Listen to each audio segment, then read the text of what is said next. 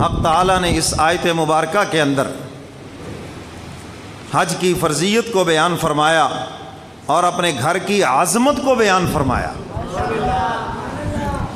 فرمایا فیہ آیات بینات مقام ابراہیم،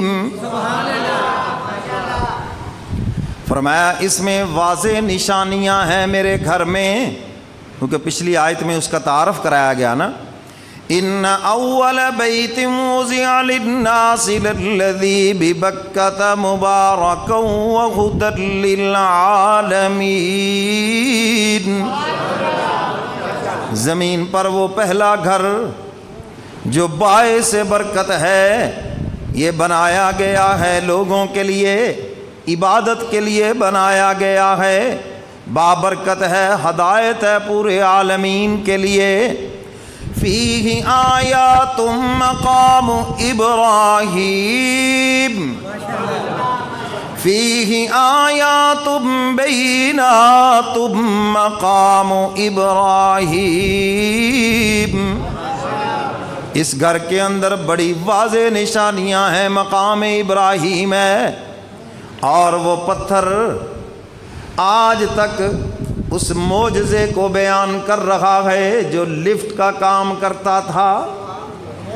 ابراہیم علیہ السلام بیت اللہ کی تعمیر فرما رہے ہیں، جب دیوار اونچی ہو گئی اب سیڑھی کی ضرورت ہے جس کے اوپر چڑھ کر دیوار بنائیں، یہ پتھر آ گیا جنت سے، خلیل اس کے اوپر چڑھتے ہیں، یہ لفٹ کا کام دیتا ہے، اور ابراہیم علیہ السلام کے پاؤں لگے ہوئے ہیں۔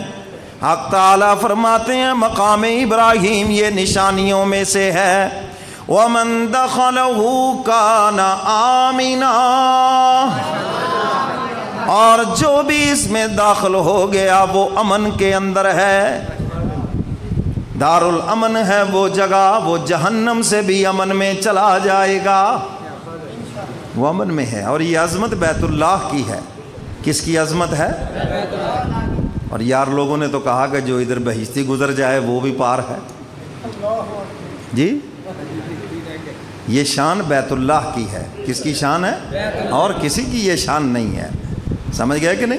ہاں، ومن دخلہ کان آمنا، جو بھی اس میں داخل ہو گیا امن میں ہے، وہ جنت میں گیا، وہ جہنم سے بچ گیا۔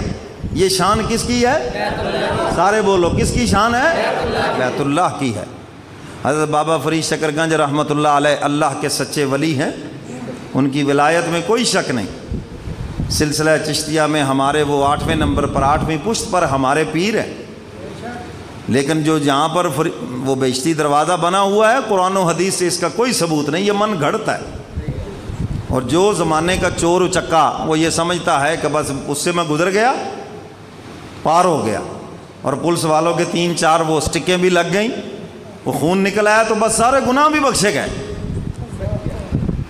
میں نے کہا اگر یہ کام تم نے پولیس کی مار سے تمہارے گناہ بخشے جاتے تو اتنی دور جانے کی ضرورت کیا، ہمارے ساتھ تھانہ ہے، یہیں پر ہی آپ کے گناہ بخشوا دیتے ہیں، کرایہ بھی بچے گا، وقت بھی بچے گا۔ کیوں جی، کیا خیال ہے؟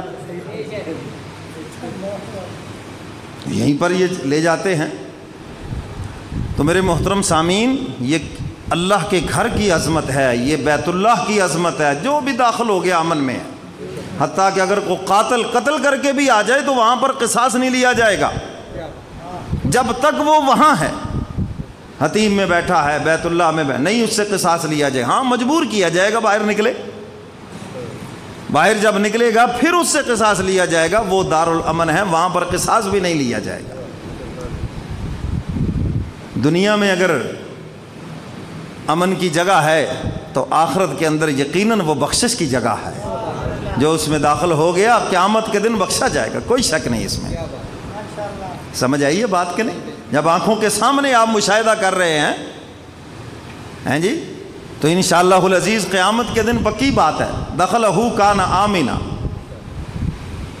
تو جو بھی مسجد حرام میں پہنچ گیا وہ امن کی جگہ کے اوپر پہنچ چکا ہے۔ تمام مساجد بھی امن کی جگہ ہے، مساجد سے لڑائی جھگڑا اور ممبر و محراب سے نفرت کی گفتگو نہیں ہونی چاہیے، محبت اور امن کی گفتگو ہونی چاہیے۔ دلوں کو جوڑنے کی بات ہونی چاہیے. ہاں مسئلہ سمجھانا چاہیے, حق بات کہنی چاہیے, پیار سے کہیں, محبت سے کہیں, نفرت سے نہ کہیں, آگ لگانے کے لیے نہیں, سمجھانے کے لیے. اب اس پر بھی اگر کوئی چڑھے تو پھر اس کا خدا حافظ ہے بھائی. فرمایا وَمَن دَخَلَهُ كَانَ آمِنًا, جو اس میں داخل ہو گیا امن میں ہے. وَلِلَّهِ عَلَى النَّاسِ حِجُّ الْبَيْتِ مَنِ اسْتَطَاعَ إِلَيْهِ سَبِيلًا. حق تعالیٰ فرماتے ہیں لوگوں پر اس گھر کا حج فرض کیا ہے حق تعالیٰ نے. کن پر؟ من استطاع الیہ سبیلا, جو اس راستے کی طاقت رکھتا ہے. کس پہ فرض ہے؟ جس کے پاس پیسے ہیں اس پر حج کیا ہے, اور جس پہ پیسے نہیں اس پر حج. ہاں قربانی بھی اس پہ فرض نہیں ہے, زکوٰۃ بھی اس پہ فرض. کتنی رہتے ہیں غریبوں کو ان ساری چیزوں کے بغیر ہی جنت مل جانی ہے, اور امیر اس میں پکڑے جائیں گے اگر وہ ادا نہیں کریں گے تو. آج ہر ایک امیری پسند کرتا ہے, دولت پسند کرتا ہے. یہ قیامت کے دن پتہ چلے گا غریبی کے مزے کیا ہے. حساب و کتاب میں کتنی نرمی, اللہ بڑی رعایت کریں گے. اور حدیث مبارکہ میں ہے سیدنا علی مرتضیٰ رضی اللہ تعالیٰ عنہ سے روایت, وہ فرماتے ہیں حضور علیہ الصلاۃ والسلام نے ارشاد فرمایا جو اللہ تعالیٰ کے دیے ہوئے تھوڑے رزق کے اوپر راضی ہو جائے, اللہ اس کے کیے ہوئے تھوڑے عمل سے خوش ہو جائیں گے. اور ہم نے رزق تھوڑا دیا تو راضی ہو گیا, کوئی شکوہ نہیں تھا, کہتے میرے مولا نے بس جو دے دیا شکر الحمدللہ. اللہ فرماتے ہیں قیامت کے دن تو جو بھی لے کے آئے گا ہم بھی تیرے تھوڑے عمل سے راضی ہو جائیں گے, جو بھی میرا بندہ کر کے آ گیا ہم راضی ہیں اس سے. کیا یہ چھوٹی بشارت ہے؟ بہت بڑی بشارت ہے. میں جس طرح تم میرے دیے ہوئے تھوڑے رزق سے راضی ہو, میں تمہارے تھوڑے کیے ہوئے عمل سے راضی ہو جاؤں گا. اور یہ زکوٰۃ تو امیروں پر ہے, یہ پکڑے جائیں گے وہاں پر زکوٰۃ نہیں دیتے, عشر نہیں دیتے, فطرانہ نہیں دیتے, قربانی نہیں کرتے, حج فرض تھا حج نہیں کیا. تو یہ تو ان کے اوپر ساری یہ باتیں ہیں, یہ تو ان کو جواب دینے ہیں. تو فرمایا جو اس راستے کی طاقت رکھتا ہے اس پہ حج فرض ہے, لازم ہے اس پر, اور جو اس کی طاقت نہیں رکھتا اس پہ فرض نہیں ہے. اب اگر کوئی طاقت رکھتا ہے اور پھر وہ حج نہ کرے, حدیث مبارکہ میں بڑی سخت وعید آئی ہے. حضور علیہ الصلاۃ والسلام نے ارشاد فرمایا جس پہ حج فرض ہے اور کوئی رکاوٹ بھی نہیں ہے, بادشاہ کی طرف سے کوئی ظلم نہیں ہے. بعض جگہوں پہ حکومتیں روکتی ہیں, جانے نہیں دیتی, چلو یہ مجبور ہے. اور بعض جگہ پر حکومت جانے تو دیتی ہے لیکن قرآن اندازی کرتی ہے, اس کا نام نہیں نکل رہا کئی سالوں سے, یہ بھی مجبور ہے, اس سے کوئی پوچھ گچھ نہیں ہوگی. لیکن اگر کوئی رکاوٹ بھی نہیں ہے اور وہ جان بوجھ کر حج نہیں کرتا اور اس کے ذمہ حج فرض بھی ہے, صاحب استطاعت بھی ہے, حضور فرماتے مجھے اس کی کوئی پرواہ نہیں ہے, یہ بندہ یہودی ہو کر مرے یا نصرانی ہو کر مرے. کتنی سخت وعید ہے. حج فرض ہے, حج نہیں کرتے. اور حج کس پہ فرض ہے؟ صاحب استطاعت. صاحب استطاعت کون ہے؟ جس کے پاس اتنے پیسے ہوں کہ آسانی سے حج کر لے. مثلا آج کل 10-12 لاکھ خرچہ ہے, اگر اس کے کاروبار سے 12 لاکھ نکال لیا جائے تو اس کی روزی روٹی چلتی رہے تو اس کے اوپر حج فرض ہے. سمجھ گئے بات کہ نہیں؟ کہ اس کا بزنس, کسی کا اگر بزنس بیچارے کا اتنا ہے کہ اگر وہ حج کرے تو بزنس ختم ہو جائے گا تو اس کے ذمہ فرض نہیں ہے. اس کے کاروبار سے اتنے پیسے آ جائیں, یا ملازمت کرتا ہے لیکن اتنے پیسے ہیں, کوئی زیور لے رکھا ہے, کوئی پلاٹ ہے, کوئی اور بزنس چیزیں ہیں ایسی پڑی, اگر ان کو بیچا جائے تو حج کی رقم بنتی ہے تو پھر اس کے ذمہ بھی فرض ہے. تو اس کے لیے لازم ہے یہ حج کرے. اچھا بہت سے لوگوں کے ذمہ حج فرض ہو گیا لیکن وہ کر نہیں رہے, کیوں جی؟ وہ بیٹیوں کا فرض ادا کرنا ہے. کب کرنا ہے جی؟ 2-3 سال کے بعد. تو بھئی آج حج فرض ہے, یہ ادا کرو, اس کی برکت سے اللہ وہ بیٹیوں کا جو فرض ہے وہ بھی آسانی سے ادا کرنے کی توفیق عطا فرما دیں گے. یہ تو ایسے ہی ہے جیسے کوئی کہے جناب رات کو روٹی کھانی ہے اس لیے میں نے سارا دن کچھ نہیں کھانا, ناشتہ نہیں کرنا ہے میں. یہ بھئی خدا کے بندے, شام کی بات شام کو صحیح, ابھی کھاؤ, شوگر تمہاری لو ہو رہی ہے, موت کے منہ میں چلے جاؤ گے, کھاؤ ابھی, اور نہیں جی شام کو جو کھانا ہے, بھائی شام کا کھانا شام کے ساتھ تھا. تو اسی طرح جو فرض اب ہے اس کو اب ادا کرو, جب اگلے فرض کا ٹائم آئے گا تو اللہ اس کے بھی اسباب پیدا فرمائیں گے. اور اللہ فرماتے میرے پہ بھروسہ تو کرو, وَمَن يَتَوَكَّلْ عَلَى اللَّهِ فَهُوَ حَسْبُهُ, اللہ فرماتے جو میرے اوپر بھروسہ کرتا ہے پھر میں اس کے لیے کافی ہو جاتا ہوں, پھر میں غیب سے اس کا انتظام کر دیتا ہوں. تو اللہ کی ذات پہ بھروسہ کرو. حج فرض ہے, حج ادا کرو. اور عورت پہ حج اس وقت فرض ہوتا ہے جب وہ اپنا اور اپنے محرم کا خرچہ ادا کر سکے, دونوں کا خرچہ. کتنی اسلام نے رعایت دی ہے. اگر اتنے پیسے نہیں ہیں, 25 لاکھ نہیں ہے عورت کے پاس, اتنا زیور ہے, یا زمین کو ماں باپ کی طرف سے آ گئی, یا شوہر کی طرف سے اتنا پیسہ اس کے ہاتھ آ گیا, پھر اس کے ذمے حج فرض ہے, ورنہ فرض ہی نہیں ہے. اللہ نے کتنی رعایت دی ہے. اچھا ہمارے احباب بڑے عجیب ہیں, عورت کو حج کرا دیں گے, 10-12 لاکھ لگا دیں گے, اور جو اس کا کو 5,000 حق مہر ہے وہ نہیں ادا کریں گے.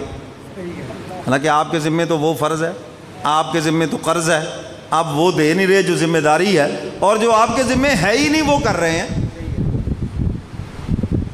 ہے نا عجیب بات کہ جو چیز تمہارے ذمے لازم ہے, وہ قرض تمہارے ذمے لازم ہے, چاہے 500 روپے ہے, 5,000 ہے, 5 لاکھ ہے, کوئی چیز ہے, وہ آپ کے ذمے ہے, اور قیامت کے دن اس پر سزا ملے گی, نیکیاں دینی پڑیں گی اس پر. پتہ نہیں کیا موڈ ہوگا بیگم صاحبہ کا.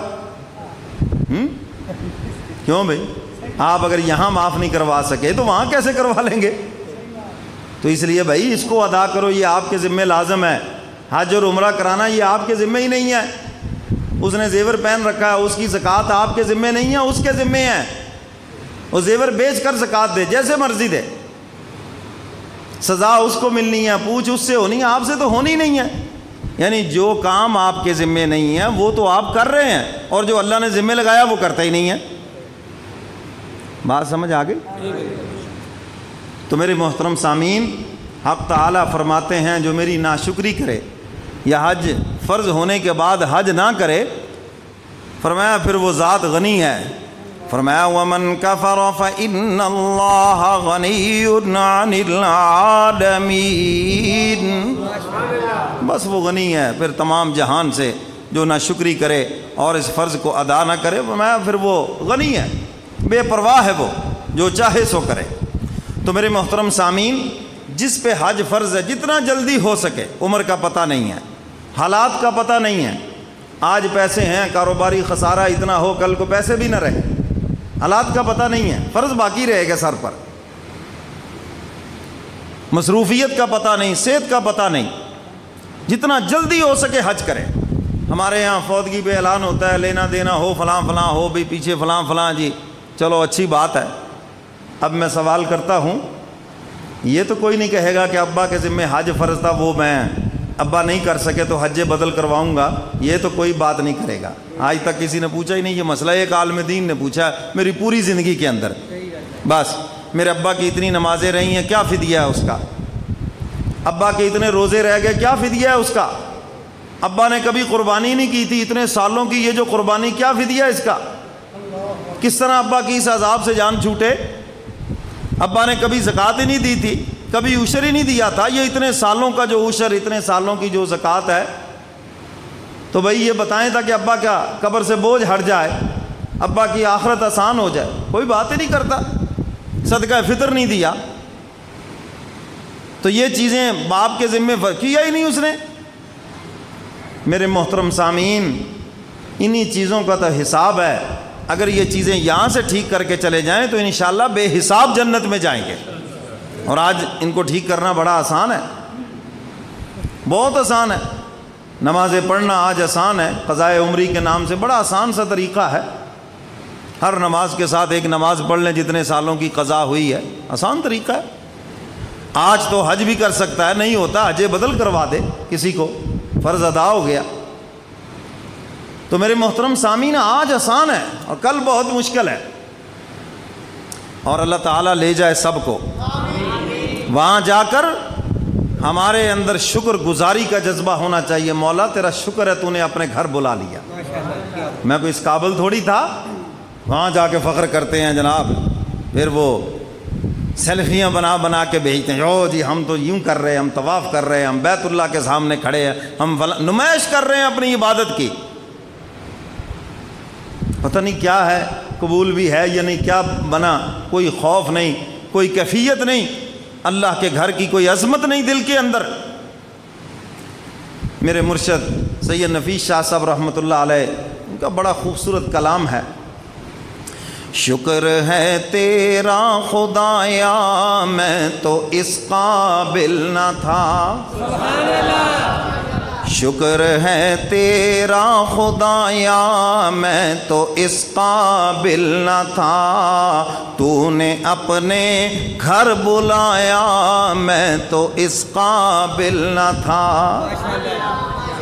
اے الہ العالمین، آپ نے اپنے گھر کے اندر بلا لیا، یہ آپ کا احسان ہے، یہ اللہ کا شکر ہے تیرا خدایا میں تو اس قابل نہ تھا، تو نے اپنے گھر بلایا میں تو اس قابل نہ تھا، مدتوں کی پیاس کو سیراب تو نے کر دیا، مدتوں کی پیاس کو سیراب تو نے کر دیا، تو نے اپنے گھر بلایا میں تو اس قابل نہ تھا، سب کہہ دو ماشاءاللہ، تو نے اپنے گھر بلایا میں تو اس قابل نہ تھا، شکر ہے تیرا خدایا میں تو اس قابل